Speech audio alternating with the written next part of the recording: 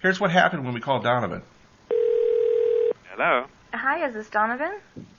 Hello. Hi, this is Terry and Tiffany from Cult Radio. Hello. How are you? It's a great pleasure to talk to you, sir. How you doing? Hello? Did we lose him? I think we lost him. I don't think you could hear us. Okay, so we will work on this. Yes. And we will get Donovan on. He hung up because he couldn't hear us. He couldn't even tell we were there. I guess what happened is he didn't know it was us because we called back to the hotel and we asked them what happened, and they actually went up to Donovan's room, and Donovan didn't even know we were on the line. So we'll keep working on this. It will happen. It will happen. I guarantee you, if I've ever said anything you've ever believed me before, it will happen. Our next guest is until 9 o'clock, so I'm sure that we So can... we have time. I don't want to interrupt the Roger Corman film, but we will get Donovan on, so stick with us. Do not leave. I'll wait for this. Hello. Hi, is this Donovan? Hello. Hello? Oh, hello. You sound very faint. Oh, I'm sorry about that. Can you hear me a little bit better now? Oh, no, it's very faint. Gosh. I'm wondering if you could try calling back. I'm expecting your call. Right. No, we can call back and try it again. Are you calling from a newspaper or a radio? We're calling from a radio show. Yeah, it would be important that you hear me. Can Yeah. you hear me? Oh, we can hear you perfectly. It's just a matter of if Oh, you'll you be able can to hear me us. quite clear. You're quite faint, but I still can hear you. Can you say again, what's your name? Yeah, this is Terry and Tiffany Dufault. We're with Cult Radio. Yeah, it's very, very faint. We could that's try. It's a landline you're calling from, yeah? Yeah, we're calling from a landline. We could possibly Yeah. try calling one more time. Unusual. Why don't you try one more time, and I will try and punch on this phone another line or something and see what happens. Okay, that sounds good. All right. All right.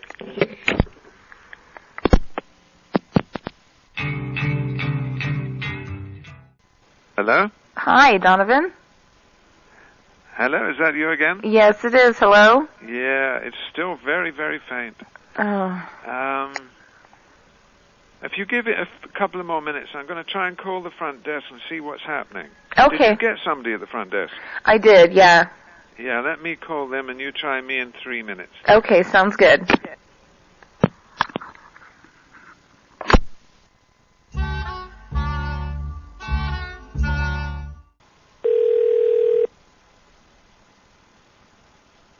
Hello. Hi, Donovan?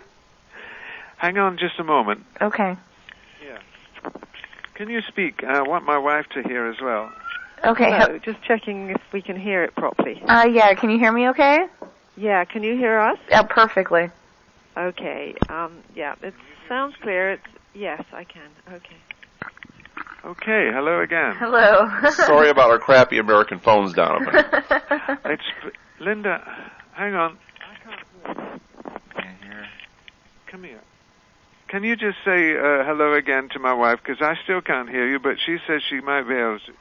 Hello, Linda. How are Can you? you just say like a sentence? Yes, Linda. I'm very happy to be able to talk to you. Yeah, it's very, very soft. It's got to be. It's got to be your phone in your room because we were talking to the front I think desk. so. We've already had an interview and he couldn't hear, and now he's asking me to check, and I just about can hear you. So hold on. Hello. And maybe if you did raise your voice a bit and go slow, I could hear the questions, and then you can hear me okay, I think. Yeah, we can hear you just fine.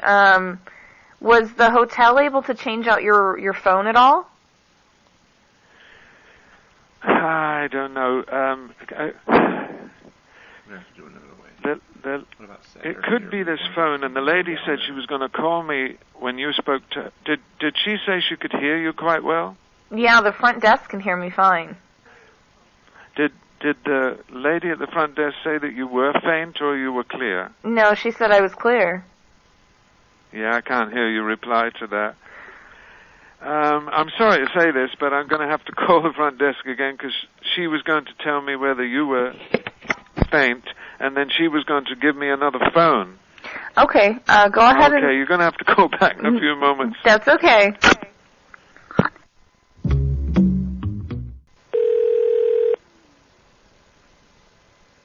Hello? Hi, is this Donovan? Hang on. Can you just come here a minute and hear? Hang on. Mm-hmm. Try again. Hello? Hello? Can you speak? Because I'm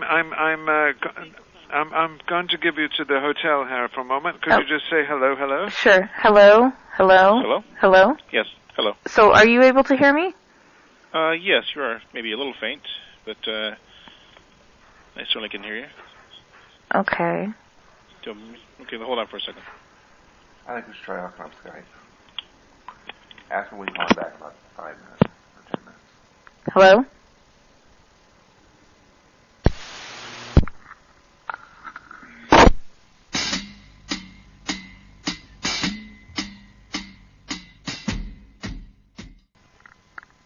Let's put David Lynch on, too.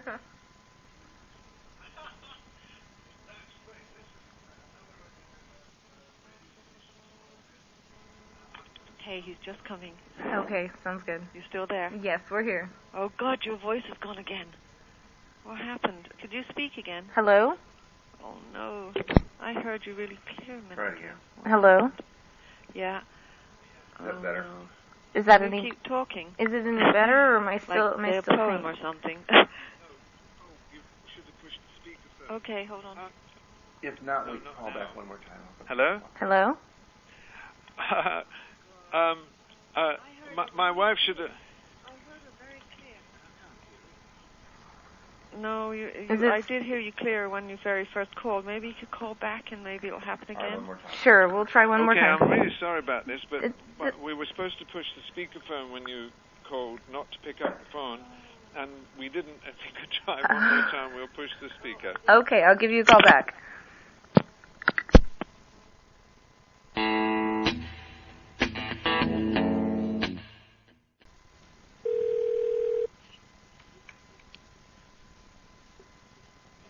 Hello? Hello?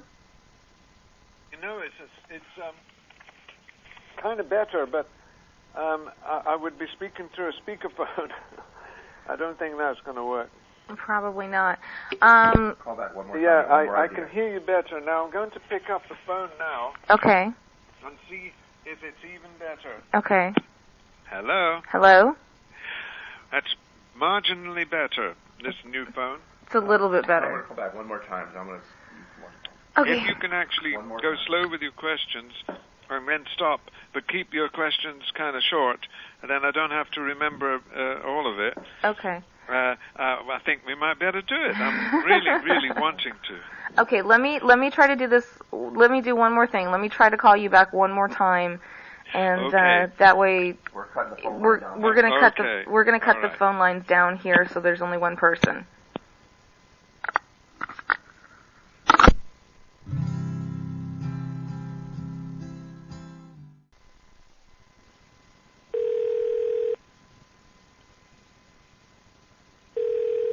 Hello again. Hi, can you hear me?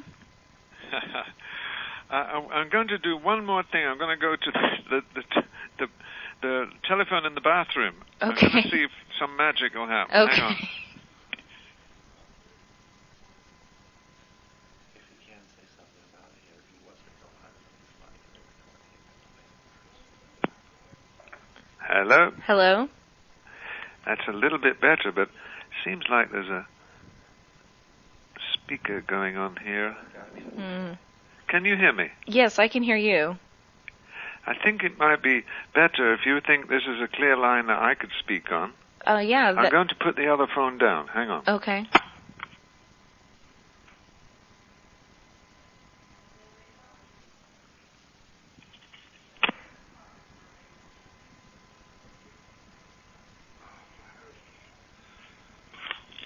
Hello again. Hello. I think we might be able to do it. Okay. Well, let's try. I'm waiting for you now. Okay, I'll go ahead and do an intro, and then we'll go ahead and start, all right? Okay. All right. And welcome back to Cult Radio A Go-Go Live, and we are on the air with our first guest of the evening, a musical legend and someone who is doing some very important work these days. We would like to welcome our first guest to the show, Donovan. Welcome to the show, Donovan. Well, thank you, and I'm so glad to be on the show, and now that I'm back in town doing this wonderful benefit at the Ray. Yeah, we actually wanted to start off with talking about that. Now, you're actually involved with the David Lynch Foundation, correct? That's right. I'm the musical wing. Many years ago, the Beatles and I went to India. We brought back a form of meditation and spread it to our fans and the world, and it's been applied over the 4 decades now in school, in medical. And David Lynch and I met recently, and he was meditating for 35 years, and then he saw 10 million young American students between the age of 6 and 14 on these drugs for attention deficiency. Mm-hmm. And he said, this is ridiculous. He came out of his private use of Transcendental Meditation, formed the foundation, presented the program to schools all around the world to amazing results. Well, that's amazing. Now, for listeners that may not know, because there can be a lot of misinformation out there. What exactly is Transcendental Meditation? Is it involved? Okay. Maharishi Mahesh Yogi is a yogi who came into the West in the 50s, and in the 60s, the Beatles and I and others met him. He brought a form of meditation that was simplified for the West, and it has been proven over 40 years to be the extraordinarily most effective in reducing stress. And in the medical profession, it's been applied. In the educational profession, it's applied. And simply said, there are many forms of meditation, and all of them are wonderful.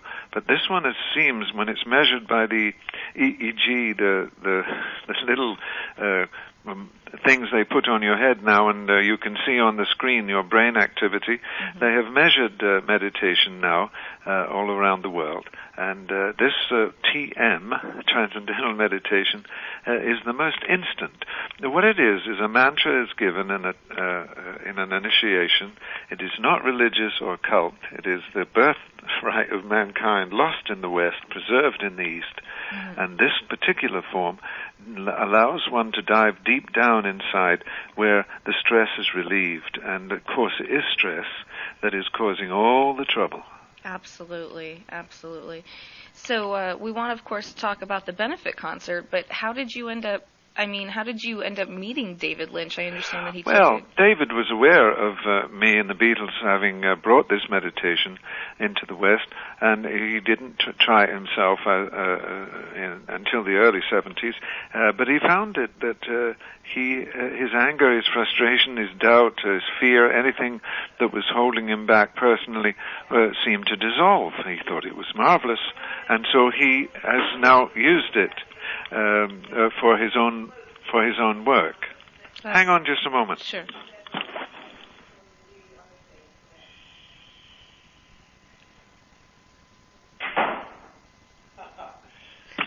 I'll start again. Okay? Okay. So I met David when he was coming out of his private practice of meditation to bring it to the world, and the situation was getting intense for him in the schools. 10 million students. That means 10 million doses of drugs every day, 70 million a week, 280 million doses a month. It had to stop.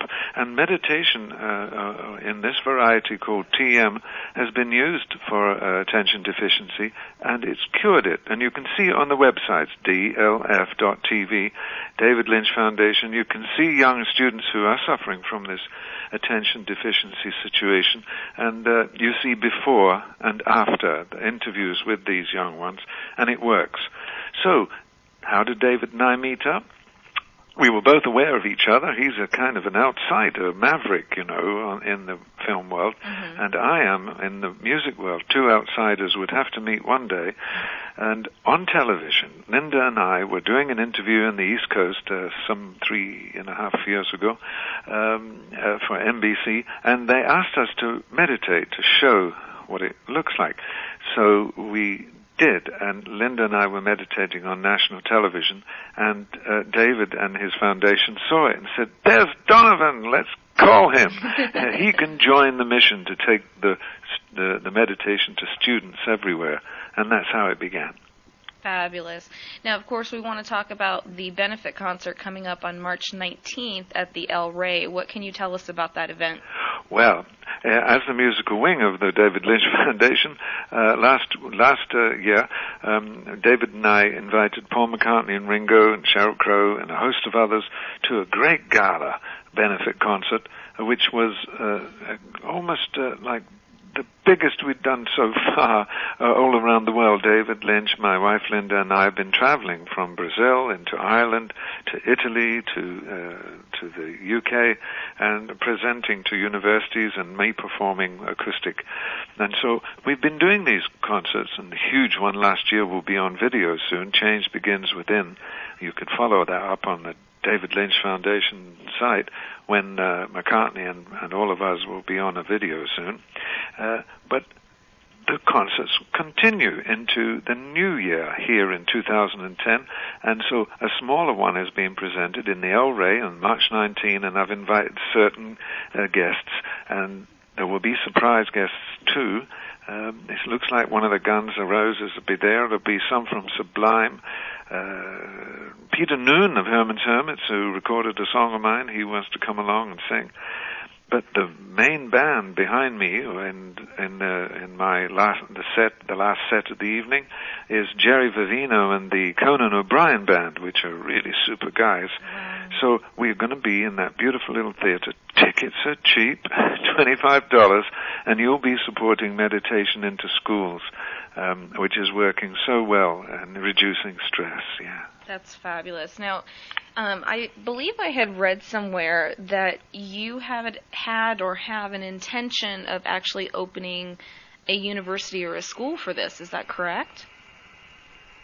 Can you say that one again? Yes, I believe I read somewhere that you had an intention of opening a meditation university or school. Okay. So when we were in India, Maharishi said to the Beatles and I, Donovan, would you dedicate yourself in the future to opening a university in Edinburgh, where, of course, I was born in Scotland, and asked the Beatles also for Liverpool. So universities and colleges all around the world have been presented with this program, but also Maharishi also wanted universities and colleges to be established that had consciousness-based education. That means 10 minutes in the morning, 10 minutes in the afternoon, all the students and the teachers and the guy who sweeps the floor, and hopefully the parents, are all on this stress-free style of meditation. And so he asked me all those years ago, would you build one in Edinburgh, and recently he dropped the body. That means he's passed away. But before he passed away, we spoke, and he said, why don't you, when you go to Edinburgh with David Lynch to present the program, announce that you will build the Invincible Donovan University. And when I did in Scotland, we began to search for land immediately. Oh, I'll say that again.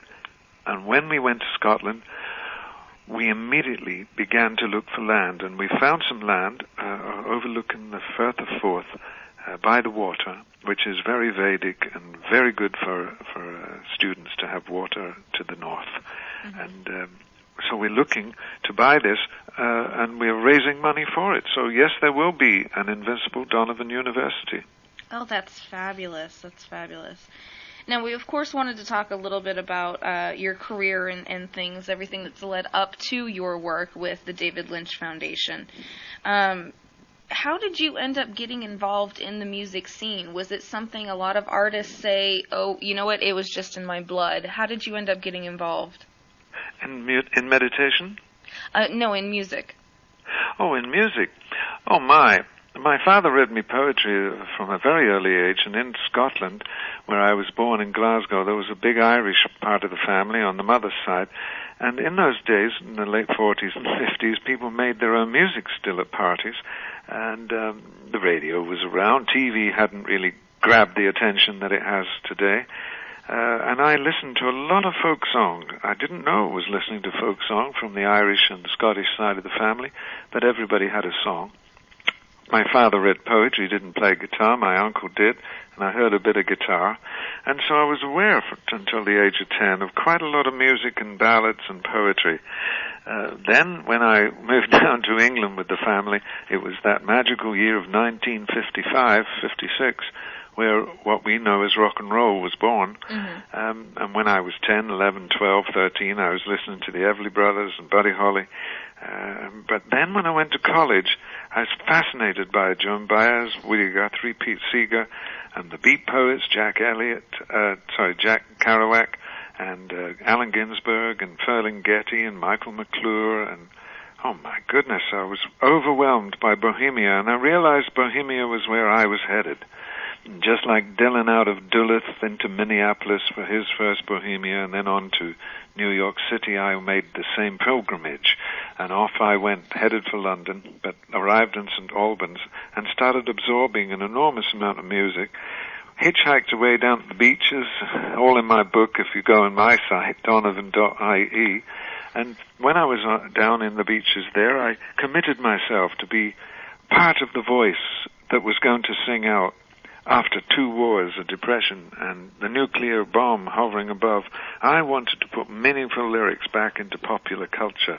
I loved performing, of course, on the beaches and playing, but then when I arrived in London, I performed in a small club, and the manager saw me, and then I was on national television without a recording. That's unusual. No record, no disc, no CD, nothing, just me on TV. And then the radio. DJs picked up on my music, and that's when I was presented to the world at large. Wow. Now, what would you consider yourself? Because I know that your music has many different facets. Would you consider yourself a folk singer? Would you consider yourself pop? Well, yeah, I'm a poet, essentially. And it was poetry that changed pop music in the 60s. When you look at the lyrics of the 50s, then you see the lyrics of the 60s songwriters, you know something's changed. Mm-hmm. And so I would say a poet with music. In the old days, in the ancient times, poetry and music and dance were one. They weren't separate, but poetry has been separated over the years and put into books in libraries. But now it's back where it should be with popular culture. So, yeah, I'm a poet of the modern world, but I also am a very astute and skilled songwriter of melody and recording techniques, because I'm a poet who wants to communicate with the mass, and that was through TV, radio, and popular song. Absolutely. Now, there was a lot of people back in the 50s and 60s that said that you were a Bob Dylan copycat, and I understand that you were actually friends with Dylan. Can you comment on that? Yeah, I heard all that when I was young. Basically, we came out of the same, what you might call, stable, the Woody Guthrie, Pete Seeger folk music stable. Although there was more to us than that. There was poetry and popular music and the blending of blues and rock and roll and poetry. But we came out the same stable, and he was out a bit before me. So people saw that I was similar, but we were both kind of copying Woody Guthrie. But I would say we were friends in the beginning, but there was a kind of a rivalry put up in the press at the time. But it was unfounded. I wasn't copying, no, but I was definitely encouraged by my older brother, Bob Dylan, because he was 3 years older, and the Beatles are 3 years older than me, too. And when I met them through Bob, we became friends. We're a part of the same fraternity, yeah. Right. Now, is it true that you actually had some influence on some of the Beatles' music as well, with teaching them certain picking methods? Yeah, we spent that extraordinary time in India. And they only had their acoustic guitars, and we were friends before, and we were reading all the same books, especially the meditation which led us to India, to find out how to do it, to find the cause of suffering in the world. Because as poets and musicians, it wasn't just looking to entertain, it was of some kind of service we provide to the world, and we have fun doing it. But out there in India, with the acoustic guitars, I was there playing my acoustic guitar, and John and Paul and George were interested in learning a lot of the folk styles and classical guitar styles and jazz styles that I learned. And so I shared them with those three guys, and when they came back, they did the White Album, and in a way, my influence is all over the White Album. Absolutely. And the chord structure that George learned produced that beautiful song, While My Guitar Gently Weeps. And the guitar style that I shared with Paul produced Blackbird Singing in the Dead of Night. Yes. And with John was amazing. He sat down and said, show me how to play that style. And he produced beautiful songs like Dear Prudence and Julia and Crippled Inside. And he was like a real good student. There in the jungle, an amazing situation happened. They returned to being students, and I was there to help at that time, and I'm very proud of that. I also got a line in Yellow Submarine. Oh, did you? I mean, it's no earth-shattering piece of poetry, but when Paul said he was missing a line, I gave it. Sky of blue and sea of green in a yellow submarine. There was a hole in the song, and he asked me to fill it, so I did. Yeah, the musical styles I learned from them was just as amazing. What a wealth of music they taught me to. Absolutely. Now, let me ask you, as a poet and as an artist, when you became incredibly popular in the 50s and 60s, I mean, we're talking gold albums and everything else, how difficult was it to try to stay true to the message that you wanted to convey when you were working with major recording labels? Well, in a way, we led the dance. It wasn't that we were told what to do. None of the labels knew what we were doing. It was totally unusual for them. We kind of took over, really, and I'm speaking of the Beatles and I and the Stones and the Kinks and the Who and the Hollies and Leonard Cohen and Joni Mitchell and Love and Spoonful. What we were doing was so different from what the labels were used to. To stay true to oneself when fame comes was very simple and very easy for me then, because we actually did have the control. We did produce the work that the labels wanted, and basically they wanted it because the audience wanted it. So if you stay true to your muse and your inspiration, you can survive fame. Absolutely. Now, I wanted to ask you, it's cited that you actually definitely had a muse in the form of Linda, and I believe she's your lovely wife now. Is that correct? Oh, yes, a poet needs a muse. And my story in the autobiography of Donovan, the hurdy-gurdy man, the autobiography of Donovan, is very clear that it's Linda from the beginning. And it wasn't all smooth, but we're still together. And so my muse is Linda Lawrence, and she appears in many songs throughout my career. Fabulous. So let me ask you, I mean, you've had hundreds and hundreds of songs. What is, in your opinion, the one or two, if you can't pick just one, song that has really... That's a hard one. It's been asked before. I find the only way I can answer is that of the 5 major genres, there are different levels of song style that I write. One in particular is difficult, but I can kind of spread through in the purely acoustic, what I would call transcendental songs. There's one called Isle of Islay, which was a favorite of our yogi teacher. Mm-hmm. And it produces a state of deep rest when you hear it. Isle of Islay. That's in the very gentle acoustic styles. As far as the acoustic rock, what I would call Celtic rock, my favorite is Hurdy-Gurdy Man. And so there's two. Now, what was Hurdy-Gurdy Man based on? I understand there's a story behind that.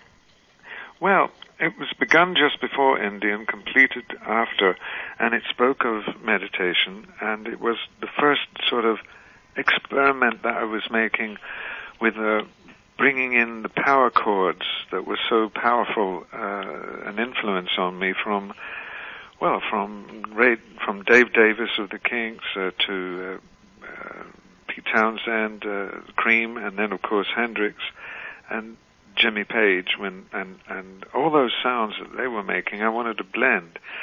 But the actual song, the Hurdy-Gurdy Man, Hurdy-Gurdy is an instrument that is very unusual, and it was invented some hundreds of years ago, and a man would travel from town to town, the Hurdy-Gurdy Man, turning a wheel with the strings, and this would be the instrument, and he'd sing the news. He'd bring the news from one town to another before newspapers. Mm-hmm. And when he was doing this, he was singing as well. So the Hurdy-Gurdy Man coming into the 60s for me was the message of peace again, brotherhood and sense, and some sound of sensibility in a world of nuclear Holocaust future and crazy pollution of the earth. So the Hurdy-Gurdy Men come singing songs of love. And so it was also a song about our teacher Maharishi. But the Hurdy-Gurdy Men were Beatles and me and Dylan and Joni Mitchell and Leonard Cohen and any poet that came singing some kind of realism in a world of fantasy and suffering. Yeah. Now, this is the perfect opportunity to ask you kind of how you feel about the state of music and the recording industry today, because we don't get a lot of messages out there anymore. Yeah, I mean, once again, the musicians and the producers of music and now film have taken over the industry again through the internet and through the simplicity of making music on a laptop and making films on small digital cameras. Mm-hmm. The mobile world is here, but in the 60s we actually dreamed the internet. Speaking to the Beatles at the time, we wanted a way of communicating with the whole planet at the same time. John Lennon said telepathy. McCartney said a satellite, we'll buy one. But these were fun things to think about, but when the internet came, it was clear that this was the way that the whole world would communicate with no controls by established record labels, film companies, or governments. Right. And this is quite extraordinary what's happened. It's not good for copyright and music and film, and we're working on that. But a young person in one side of the world can create a band and join another musician on the other side of the world without moving is extraordinary. It just has to be more communal, and one is speaking of the social web. The social web, Donovan.ie, I've just embraced and launched my own online activities. It is quite extraordinary that we can communicate with our fans direct, mm-hmm. and they can communicate with us. This is an amazing thing. The production of music may be a little bit odd if it's machines. Of course, I don't like that so much. Right. But the actual idea of recording one's own music, producing one's own video, and putting it on YouTube is a fabulous idea. Yes. Now, I wanted to also ask you the opinion of kind of our political state. How do you feel about the war and our troops in Iraq and things like that? Feel about? The war that's going on, having our troops in Iraq. Okay, well, yeah. When I grew up after the war that was to end all wars, the Second War, under the threat of the nuclear war, which was going to end all wars, I'm part of the protest against it. Of course, that there have been a continuation of wars, not the end of wars, mm-hmm. is obvious proof that mankind is not ready yet. But the consciousness of war has changed. It is come home now as not necessarily a good thing to actually produce war, because the world has to start thinking about the causes of war. There is still war, but there has not been the big one yet. The great fear of the nuclear war is still with us. What has held it back since the last nuclear weapon has been deployed is extraordinary. Is it the goodwill? Is it actually luck?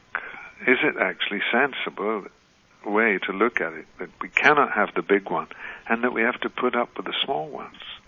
That Universal Soldier song that Buffy Sainte-Marie wrote and I performed and made into a hit still applies. The soldier is the one who has to decide whether he joins this war or that war. Right. And we are now in terrorist war, which, of course, in Ireland and Scotland and England, we've been living with that for a long time. And so have other countries in Europe. And now America has it. It is an extraordinary situation, and all I can say is keep up the communications, get the meditation to the schools as fast as possible, and if we can survive another generation without destroying ourselves, then a whole new set of young people will enter the world with more balanced view. And so the David Lynch Foundation and Donovan and my wife Linda are fast putting this meditation to work. And the green revolution is now finally on. Yes. Governments are now recognizing it, and the new form of nuclear fusion is on the horizon. Very soon, clean nuclear power. And so all hearts of goodwill bound together, and DJs and TV personalities and creative artists all over the world, we can continue to present some kind of future, some possibility through our work. Thank you for allowing me on your show to say that. Absolutely, absolutely. And I understand that even sometimes, inspiration and support comes from the most unsuspected sources. Am I correct in knowing that a rapper by the name of Rick Rubin even got involved in helping to produce a recent record of yours?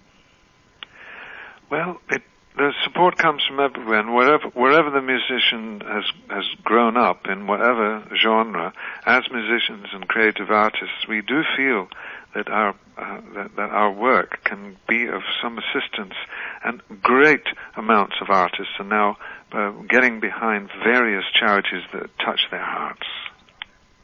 Yes, absolutely. Now, I wanted to ask before we go that you actually have a couple of children that are also very artistic and in the industry. Of course, your daughter Ione Skye is an actress, and your daughter Estrella is actually going to be performing with you at the event on the 19th. Yes, my daughter Estrella and my American son Donovan will be on stage doing some music at the El Rey, so it's kind of a family affair. And yes, Ione, my American daughter, actress and painter, and I also have another English daughter, Auriel, who's a writer who's living in Europe, but Estrella Celeste is writing and performing in her own right, and she's in the studio now, Estrella Celeste, recording what I would call cult Donovan, not the hits of her father, but some very, very unusual songs from my albums, and I will be joining her on that project too. So yes, the kids are all there. Linda, my darling, is my stepson Julian, who's the son of Brian Jones of the Rolling Stones. He also is online somewhere performing something. They're all in the creative arts one way or the other. Well, that's fabulous. And, of course, everyone can look forward to seeing you as well as Estrella and your cast of friends that'll be there. Yeah, and guests galore. And some from Sublime. I think there's an ex-L.A. Gun from Guns N' Roses coming. And there'll be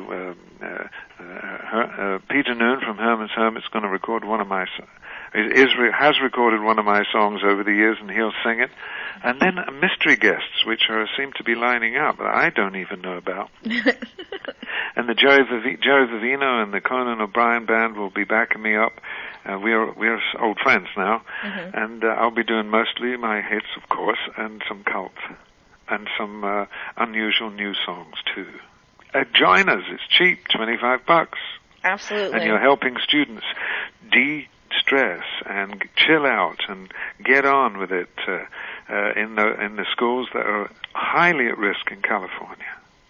Now, what would you say to people that are just saying, "Oh, well, this is just, it's just something that they're trying to basically turn up another hippie movement from the 60s"?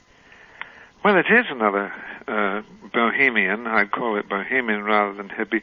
The Bohemian Manifesto was unleashed in the 60s. It came out of the bohemian world through folk music into pop culture and brought with it all that is good for the earth.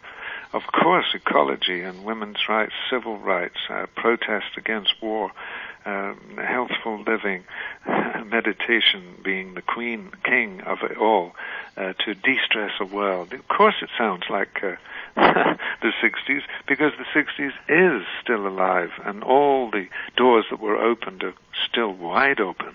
Mm-hmm. Absolutely. Is there any talk or consideration, especially with knowing Mr. Lynch and everything, of potentially doing a Donovan movie someday?